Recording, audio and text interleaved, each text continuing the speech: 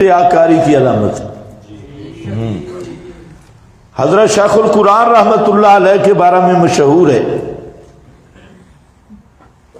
یہ جو لوگ تھے یہ رات کو سوتے تو نہیں تھے، جب مطالعہ کرتے نوافل پڑھتے، لیکن کسی کے سامنے زہر نہیں کرتے تھے. صبح آتے تو ٹوٹیوں پہ بیٹھ کے وضو کرتے، حالانکہ وضو ہوتا تھا. تو شیخ کو کسی نے کہا استاد جی وضو ہے تو پھر کیوں ٹھنڈے پانی سے کرتے؟ ہم اپنی نیکیاں بیچنا نہیں چاہتے. بھائی سارے شاگرد کہیں گے استاد جی بڑا نیک ہے، بھائی باوضو ہے تہجد پہ، تو ہم اپنی نیکیاں بیچنا نہیں چاہتے. آپ اخلاص کا اندازہ بھی کریں.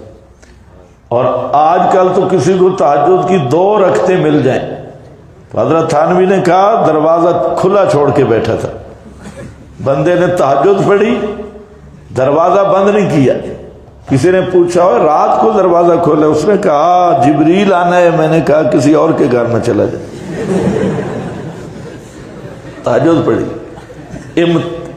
یہ نیکی نہیں ہوتی. نیکی وہ ہوتی ہے جو دل کی گہرائیوں سے ہو، اور بعض نیکیاں پھر وہ تار دیتی ہیں، پنجابی محاورہ کے مطابق تار دیتی، لیکن ہو دل سے